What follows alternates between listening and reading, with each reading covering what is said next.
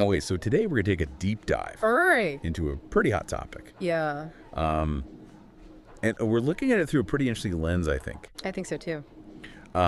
We've got a clip from a U.S. bishop, Okay. and he's speaking directly to the president about immigration, Right.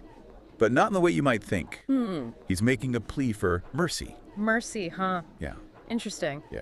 So how does he, I mean, how does he frame that? Like, how does he bring that up? Well, he kind of starts off Yeah.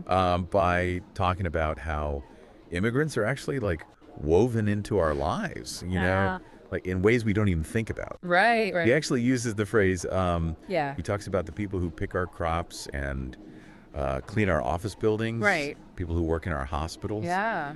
He even says, wash the dishes after we eat in restaurants. It's so true. It really is. We don't often think about that. No. But it's so true. Yeah, it's all around us. Yeah. And this is where I think it gets really interesting is he kind of goes on Okay. to describe, these immigrants. Yeah. And he says, they may not be citizens or have the proper documentation, but the vast majority, he says, are not criminals. They pay taxes and are good neighbors. Oh, wow. Yeah, and he also points out Okay. that they're active in all sorts of different faith communities. Oh, interesting. Yeah, churches, mosques, synagogues, temples, you name it. He's really painting a picture He is. of how they're really part of the community. Yeah, and it's not just about the work they do. It's about, Right. belonging, Absolutely. shared values, that kind of thing. Yeah, and this idea that we kind of have these preconceived notions Yeah. of who these people are. Right. And he's really challenging that. He is.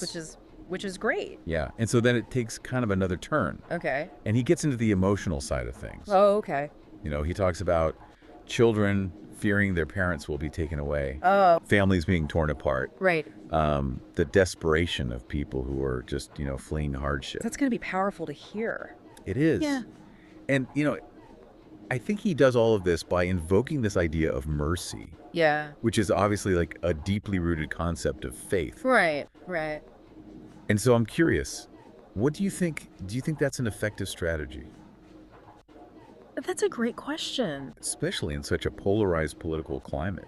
For some people, I think bringing in that faith element Yeah. might actually strengthen his message. It adds that layer of moral authority for a lot of folks. Right. But for others, it might not. It might alienate them. It might fall on deaf ears. Yeah. It's hard to say. It's hard to say. It depends on who's listening, I guess. But it is interesting because it is a different way It is. to approach this whole conversation. Right? It's not about the politics of it. It's not about right versus wrong. It's about compassion. Yeah, it's about empathy. Yeah. I like that. So I hope for those of you listening out there, Yeah. this deep dive, it wasn't just about like summarizing what this bishop said. Right. It's really about, prompting a different kind of conversation Absolutely. about this whole issue of immigration. Yeah. One that goes beyond the headlines and the statistics. For sure. And forces us to think about, Yeah.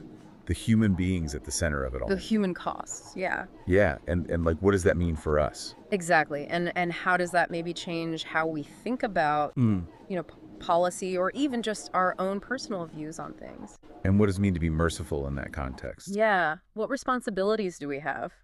Yeah. Okay. To people who are just, trying to make a life for themselves. Yeah, or seeking refuge or just opportunity. Exactly. Yeah. Big questions. Big, important questions. And I think, Yeah. it's a conversation worth having, Absolutely. no matter where you stand on the issue. For sure. So thanks for joining us for this deep dive. Yeah. Thanks for listening, everybody. And we'll see you next time.